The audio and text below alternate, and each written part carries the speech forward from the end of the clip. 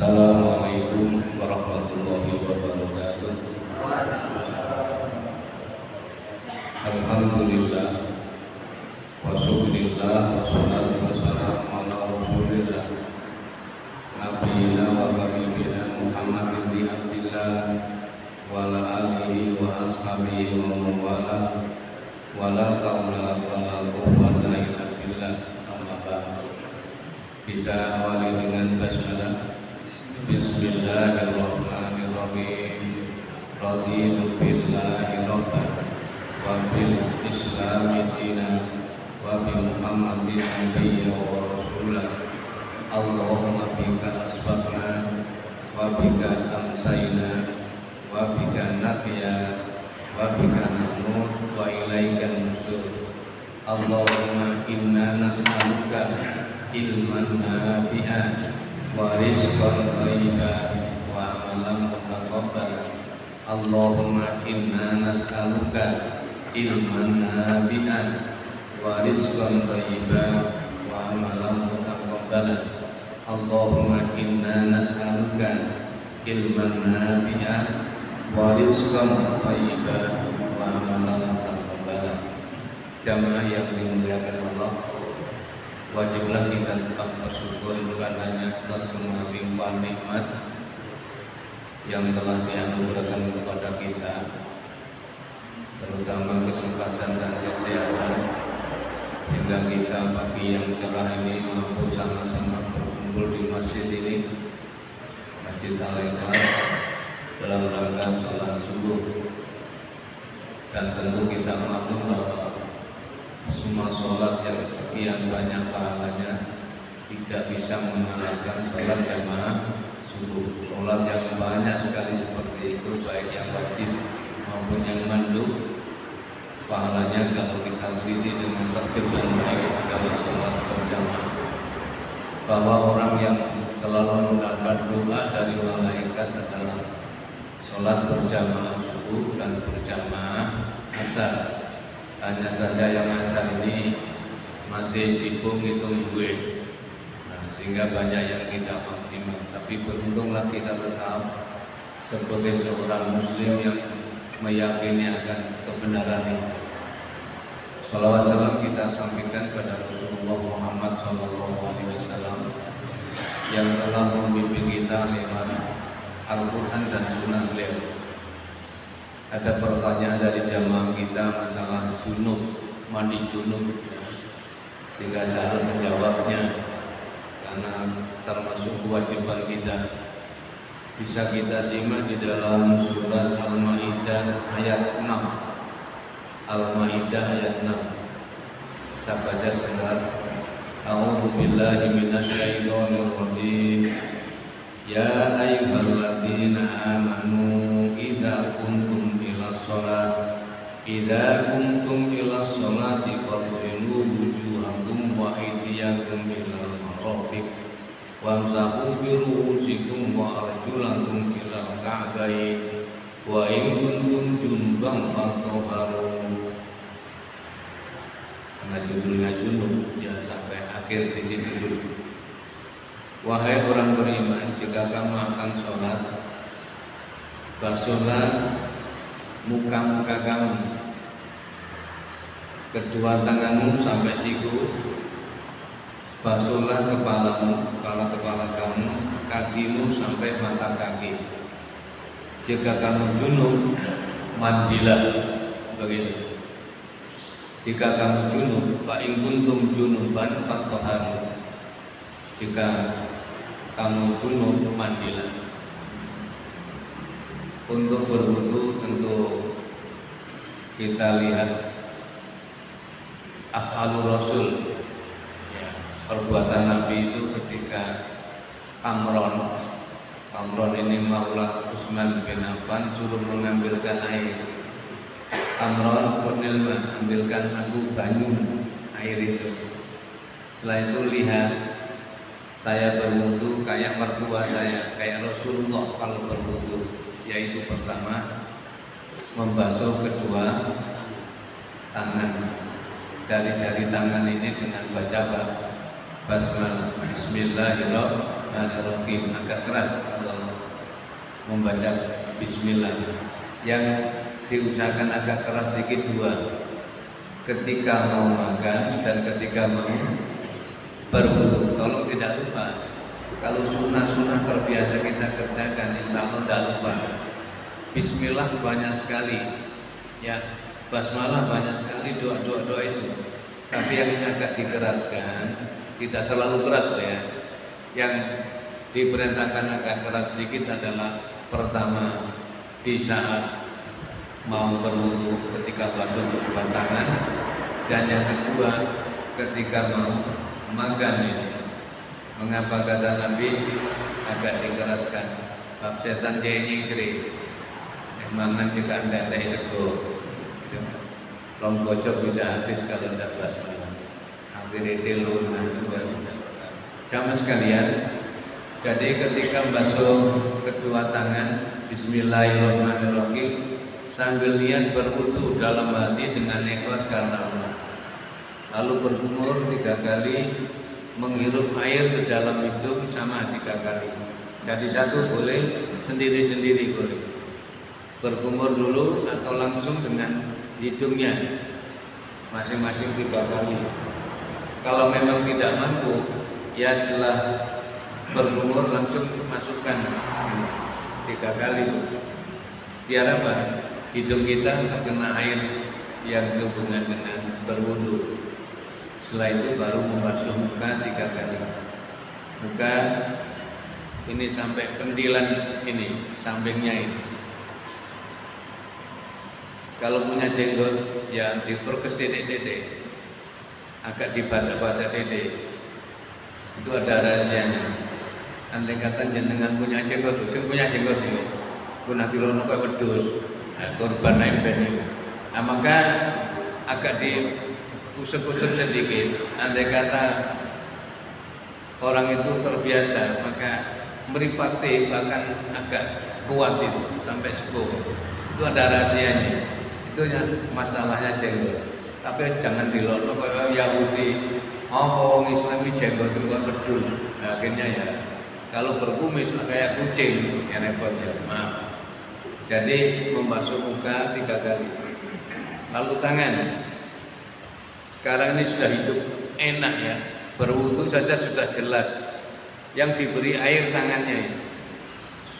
Jadi ini digerocok begini.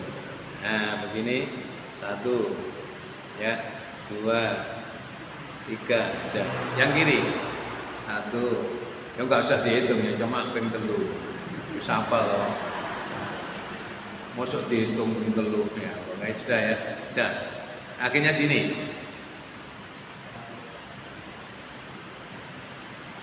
Setelah tangan kiri dan kanan, jangan seperti orang lumba. Itu ada yang model begitu, macam-macam loh cara berwudu. Tangan dulu 3 kali, salatan marot. Summa yusra salatan marot. Kemudian yang kiri 3 kali juga. Lalu basuh kepala. Membasuh kepala 2 cara. Kedua tangan diberi air, tariklah dari depan. Seret, kenai unggun-unggun air yang dingin itu. Lalu sampai teguk. Sampai teguk ini yang pertama. Sampai teguk langsung putar telinga. Tunjuk masuk. Nah, ini sekali saja. Ini yang pertama. Jadi saya ulang yang pertama. Diberi air keduanya. Kita tarik dari depan. Setelah teguk langsung ini telunjuk masuk ke dalam telinga, lubang telinga. Sementara ibu jari ada di luarnya, ditarik hanya sekali. Mengapa? Karena Khamron melihat Utsman bin Affan, menantu Rasul itu mengikuti persis akan Nabi. Annan Nabiyya sallallahu alaihi wasallam masaha ra'sahu mas'atan wahidah. Sesungguhnya Nabi kalau basuh kepala hanya sekali saja. Maaf, kita orang yang senang sunnah diperhatikan betul. Karena ada yang wudu ini. Tapi jangan dilongoi. Itu jelas tidak sah itu, karena tidak mengikuti tuntunan Rasul. Tolong jangan dielokno, oh pondok wudu kok ngene-ngene kok. Ada yang nggak pakai kopiah gini, orang sing eman telen duri itu tidak usah dimarahi atau tidak disemoni, karena memang sunnah itu nilainya mahal, apalagi zaman sekarang. Kadang-kadang maaf ya, kita bukan masalah apa-apa. Hidup itu kadang-kadang ya di persimpangan jalan itu. Coba kalau sekarang contoh masalah roh saja bisa kita lihat, sampai malam Jumat melulur nang omah bareng-bareng. Nah, itu kan bukan Islam, itu agama lain. Sudah ya, setelah kepala sekali, jadi seluruh anggota wudhu 3 kali, kecuali kepala cukup sekali. Yang kedua, kita tarik dari depan, setelah tengkuk kita kembalikan lagi. Lalu begini, ada 2 cara, jenengan milih yang mana. Yang kedua, kita tarik dari depan, setelah tengkuk kita kembalikan lagi. Nah, lalu telinga sama-sama sekali. Setelah itu baru kaki kanan. Yang diberi air jari-jarinya, jangan kenjetnya. Jari-jari kaki ya diberi air. Ditarik ke atas sedikit, diusek-usek ini. Sudah. Yang penting apa mburi itu jeneng apa? Itu biasa. Cengkok ya, cengkok mburi di sore apa jenenge? Kencet ya. Nah, itu kadang-kadang tidak kena air itu. Kalau tidak diusek-usek garing itu. Nah, setelah itu yang mana? Yang kiri juga sama. Masing-masing 3 kali. Kalau sudah selesai 3 kali, jangan lupa berdoa. Asyhadu an la ilaha illallah wahdahu la syarikalah wa asyhadu anna Muhammadan abduhu wa rasuluh. Cukup itu. Rawahul Bukhari. Cuma ada di Tirmidzi ada tambahan. Allahumma ja'alni minat tawwabina wa ja'alni minal mutatahhirin. Kita cukup pakai Bukhari aja bagus. Asyhadu an la ilaha illallah wahdahu la syarikalah wa asyhadu anna Muhammadan abduhu wa rasul. Titik, sudah menuju masjid atau ke rumah. Siapa yang wudu seperti tadi yang dicontohkan oleh Usman saya terangkan ini, melewati maulanya namanya Khamron. Siapa yang wudu model begitu akan dibuatkan rumah di surga. Mahal wudu itu. Itu satu gambaran. Sekarang yang junub. Junub itu mandi besar ya. Bukan mandi kecil. Yang mandi kecil ya biasa dino yang atus itu. Sebab-sebab mandi besar. Pertama karena ihtilam. Ihtilam itu bermimpi basah itu. Yang kedua, hubungan suami istri. Yang kedua, walaupun tidak orgasme, selama 2 khitan ini ketemu, wajib junub itu, walaupun tidak orgasme. Ketika memulai, maaf ini contohnya, ketika mulai datang ono daya, assalamualaikum, borong lah. Nah, tapi sudah masuk maka wajib apa? Wajib dulu. Istrinya diberitahu, wis mlebu lho Dik sayang. Nah, maka harus mandi lho, walaupun gak apa-apa itu. Borong ya daya, adik ngutangi duit bisa lho. Mas senengnya setengah urip. Sini borong tapi utangi lumayan. Jamaah sekalian, yang kedua hubungan kelamin ya. Yang ketiga ini khusus wanita. Kalau habis menstruasi 6 hari, 7 hari, ini masih muda, masih timur-timur. Yang kedua habis wilada, habis melahirkan bayi, wajib mandi. melahirkan bayi wajib mandi, lalu nifas. Jadi wanita itu mengakhiri menstruasi karena maulud, karena melahirkan atau dilahirkan. Yang ketiga adalah karena nifas. Nifas itu apa? Darah yang keluar sehabis melahirkan. Kalau dulu lillahi ta'ala sampai 40 hari. Kalau sekarang karena ada dokter yang modern 2 atau 5 hari sudah selesai. Tapi tetap tidak boleh. Hukum itu tetap dijalankan sampai berapa hari? 40 hari. Baru mandi junub, mandi besar. Setelah itu melaksanakan sholat 40 hari dulu. Walaupun dilihat sudah kering karena modern dokter sekarang bisa ngempet itu, maka jangan lupa tetap posisinya 40 hari. Ini harus diperhatikan ini, karena hukum itu tidak boleh dirubah. Walaupun dirubah dengan cara modern, tetap saja dilaksanakan baru mandi besar setelah 40 hari. Yang selanjutnya karena mati juga harus mandi. Coma, nah ini yang coma ini. Wong mati guys, mandi sendiri, ya kawan sing memandikan nih. Lalu ada yang hilang perbedaan ini. Ya, ada yang mandi junub, tapi hukumnya tidak wajib seperti yang kita terangkan tadi. Ya, contohnya mau Jumatan, usahakan mandi kayak junub. Meskipun keterangan Rasul kayaknya wajib, Imam Syafi'i mengatakan tidak wajib. Karena apa? Sangat memberatkan umat. Jangan yang kerja di kantor-kantor itu kan setelah tek begitu kan tidak mungkin mandi, masa mulai. Nah itulah Imam Syafi'i menyatakan itu hanya hukumnya sunnah. Mau sholat Idul Fitri, mau sholat Idul Adha, atau orang yang baru masuk Islam, maka disunahkan mandi junub, mandi besar itu. Tapi hukumnya tetap tidak wajib. Yang tidak wajib adalah orang yang baru masuk Islam. Yang kedua mau sholat Jumat. Yang ketiga mau sholat Idul Fitri, mau sholat Idul Adha.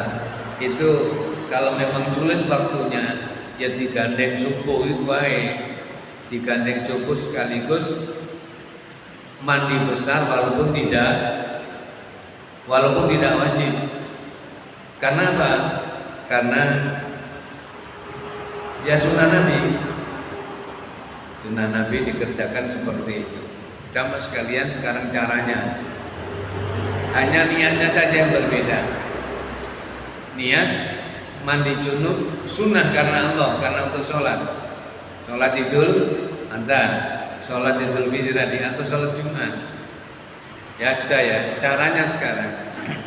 Yang pertama tentu saya bacanya, saya singkat ada tulisannya. Niat dengan hati yang ikhlas karena Allah. Jadi semua ibadah itu harus apa? Niat karena Allah. Niat yang ikhlas karena Allah yang pertama. Yang kedua membaca Bismillahirrahmanirrahim. Di saat membersihkan tangan dulu. Ya seperti wudhu, ya, membasuh tangan ini dengan bersih-bersih. Yang selanjutnya kotoran-kotoran najis yang ada di badan dibersihkan dulu. Saya ulang ya. Pertama niat yang ikhlas karena Allah, niat yang ikhlas karena Allah. Nah, saat memegang tangan ini sambil membersihkan tangan, Bismillahirrahmanirrahim. Yang selanjutnya kotoran yang menempel di tubuh, berarti najis-najis dibersihkan dulu sebersih-bersihnya, terutama lubang-lubang yang jauh itu Kalau sudah bersih, baru seperti berwudu. Apa? Ya berkumur, menghirup air dalam hidung, lalu basuh muka. Sudah? Nah, kalau sudah basuh muka, tangan kanan, tangan kiri, baru seluruh tubuh. Kita mulai dari yang kanan 3 kali. Setelah kanan 3 kali, baru kiri disunahkan 3 kali. Setelah itu baru sabunan lah kalau kita. Setelah itu kalau memang masih perlu lagi, kita basuh lagi, gerocok lagi sebelah kanan 3 kali, sebelah kiri 3 kali. Lah nek banyune tipis, ya sekali boleh asal sudah merata. Yang penting roto niku. Sekali boleh, 2 kali boleh, 3 kali juga lebih afdal. Demikian yang kiri. Nah, demikian kalau sudah merasa rata, atau mungkin 3 kali lagi kita gerocok lagi begitu, kanan dulu, kiri dulu. Setelah selesai yang terakhir adalah membasuh kaki. Saya hafal ya. Lalu bersyahadat seperti wudu tadi. Demikian juga kalau kita memandikan saudara kita yang meninggal, kita perhatikan yang pertama adalah kita kotoran-kotoran itu kita bersihkan dulu. Kotoran ada di badan kita bersihkan dulu. Setelah itu baru kita mengambil anggota wudhunya dulu. Setelah selesai anggota wudhu baru kita gerojok sebelah kanan. Tapi kalau pakai panduran jangan seperti nyiram kembang, jadi harus arah kepala. Seret, kita tutup atau kita hindarkan dulu, baru kepala ke bawah. 2, 3. Setelah itu kita sabun. Yang kiri juga begitu. Biasanya yang pertama adalah menghadap kepada yang mangku. Kalau orang di kampung masih di bangku. Kalau pakai kayu silakan. Cuma harus agak miring titik kayunya 3 ya. Begitu miring itu lebih bersih. Jadi siapi jamaah itu punya kayu untuk lehernya, untuk badannya di atas panggulnya, lalu kaki. Nah ini sudah lebih bersih lagi. Jadi mandikan orang mati kayak mandi sendiri gitu. Nah, diperhatikan betul. Kita mendapat pahala lumayan kalau kita mengikuti sunnah Nabi yang begitu hebat tadi. Jadi memandikan orang mati itu kayak kita kalau mandi sendiri urutannya. Ya tentu niatnya ya tidak pakai niat memandikan aja. Karena dia itu gak sok niat ya, mati mau sosok niat. Nah kalau kita yang berniat untuk mandi wajib itu, kita perhatikan dulu kotoran kita bersihkan. Setelah bersih, anggota wudhu kita dulukan. Setelah itu kita ambil sebelah kanan 3 kali. Kita bersihkan dengan sabun. Kalau di masa Nabi daun bidara ya. Setelah itu sebelah kiri, lalu seluruh tubuhnya. Ini bagian-bagian sunnah Nabi yang perlu kita perhatikan sama-sama. Saya rasa jawaban saya sudah singkat, mudah-mudahan dia dipahami. Yang terakhir tayamum. Tayamum itu terusnya ayat tadi. Terusnya ayat. Wa in kuntum mardo, jika kamu sakit, ayat ini ya. Au ala safarin, atau bepergian. Au ja'atum minkum minal ghaib, atau baru ke belakang, buang air kecil maupun besar. Au lamastumun nisa, atau baru saja kamu menyentuh istrimu. Falam tajidu ma'an, sementara kamu tidak bertemu dengan air. Fatayamamu so'idan julza, so'idan thayyibah di sini. Fatayamamu so'idan thayyiban. Bertayamumlah dengan debu yang bersih. Bagi kita yang mungkin umroh haji, kalau tayamum nggak usah repot-repot. Kursi di depannya itu, ada kursi kan? Nah, kita pakai tayamum. Kita pegang begini. Antau kawannya gegeri kancane. Tapi lah ongkop, yo terserah lah. Nah, iso kursi di depannya. Bismillahirrahmanirrahim, kita sentuh itu sambil kita apa itu? Nah, kita bukan dicium, diembus, disebul ya. Nah, setelah diembus, maka lalu kita basuh muka. Hanya sekali aja. Set begini, langsung tangan. Ingat, ini jangan kena sentuh dulu. Nah, begini, setelah tidak usah ke sini. Nah, cukup. Sudah ya, sekali aja. Nah, ini yang penting. Nah, sudah selesai. Tayamum paling mudah. Dan itu ajaran Islam. Tidak perlu repot-repot. Kalau memang ajaran ono sing gampang, ono sing begitu, ya kita laksanakan apa adanya. Seperti mizah atau muzah katakan. Apa muzah itu? Pernah dengar? Muzah itu sepatu boot itu. Jenengan sepatunya sampai menutupi apa? Sepatunya rotok cukur itu. Biasa apa al-polis itu, polisi apa begitu. Nah, maka kalau bepergian itu tidak usah dilepas. Kalau basuh kaki bukan bawahnya yang diusapi, hanya cukup atasnya. Nah, atas ini 3 kali, kanan dulu lalu kiri selama 3 hari. Selama tidak dilepas, begitu ajaran Islam ya. Jadi maksudnya apa? Membasuh sepatu boot, sepatu yang tinggi itu.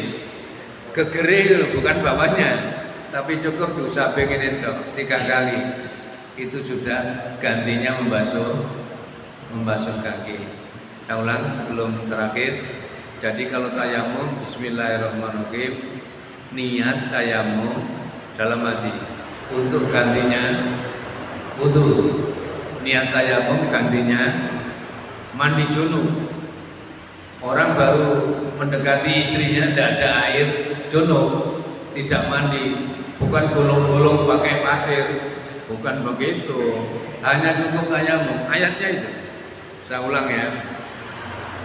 Biar mantap. Wa in kuntum mardo, jika kalian sakit, au ala safarin atau bepergian, au ja'ahatum minkum minal ghaid atau BAB. Nah, ini yang keempat. Au lamastum nisa, atau kamu baru menyentuh istrimu. Maaf, bersetubuh di sini maksudnya. Falam tajidu ma'an, tidak kamu dapati air, fatayamamu so'idan thayyiban. Wamsahu biwujuhikum wa aydikum minhu, dan ambillah debu yang bersih ya, lalu basuhlah muka kamu dan tangan kamu. Tidak marofik, cukup tangan gini. Saya ulang ya. Kalau kita tayamum cukup kita tempelkan, nah, di meja boleh, di sini boleh ini. Kalau kita kena anggota wudhu, tidak bisa berwudhu, tayamum ya. Tidak usah repot-repot. Kita sendiri jadi makmum, tayamum tidak apa-apa. Kita hembus, kita usapkan ini. Setelah itu baru yang kanan. Ini cowok jangan diganggu. Nah, punggungnya saja. Sudah seret, lalu ini tinggal masih ada. Nah, kita ambil. Sudah begitu. Saya rasa mudah sekali ya. Ajaran Islam begitu mudah. Tinggal kita menuju sunnahnya. Semoga bermanfaat. Dan yang bertanya saya terima kasih. Mudah-mudahan Allah memberikan pahala pada kita sama. Amin. Bismillahirrahmanirrahim.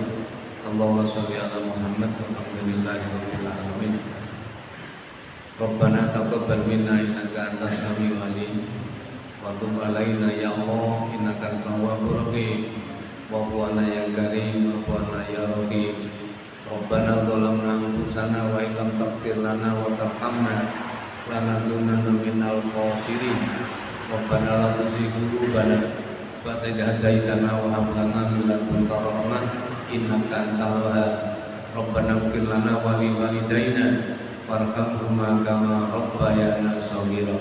Allahumma arinal haqqa haqqan warzuqna ittiba'ah wa arinal batila batila warzuqna ijtinabah. Rabbana atina fid dunya hasanah wa fil akhirati hasanah wa qina adzabannar. Alhamdulillahirabbil alamin. Assalamualaikum warahmatullahi wabarakatuh.